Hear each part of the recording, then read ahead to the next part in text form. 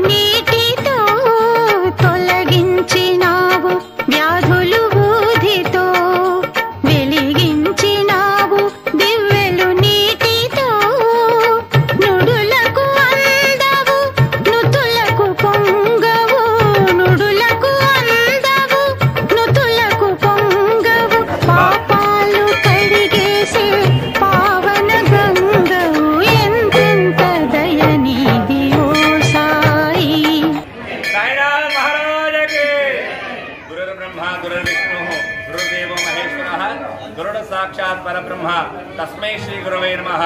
అందరికీ సాయిరాం.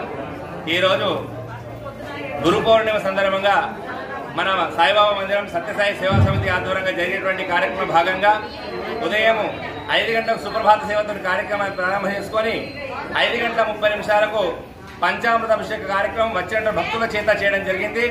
మరియు 7:30 మంగళ నీరాజన కార్యక్రమం చేసుకొని ప్రత్యేక దర్శనాలు అందరూ కూడా వచ్చిన భక్తులందరూ కూడా ప్రత్యేక దర్శనాది కార్యక్రమాలు లోపలికి దర్శనానికి పంపడం జరుగుతుంది. మరియు 11 గంటలకు గురు పాదుక పూజ కార్యక్రమం, 12 గంటలకు మహానైవేద్యం, మధ్యాహ్న హారతి, 12:30 అన్నదాన కార్యక్రమం, నారాయణ సేవ కార్యక్రమం ఉంది.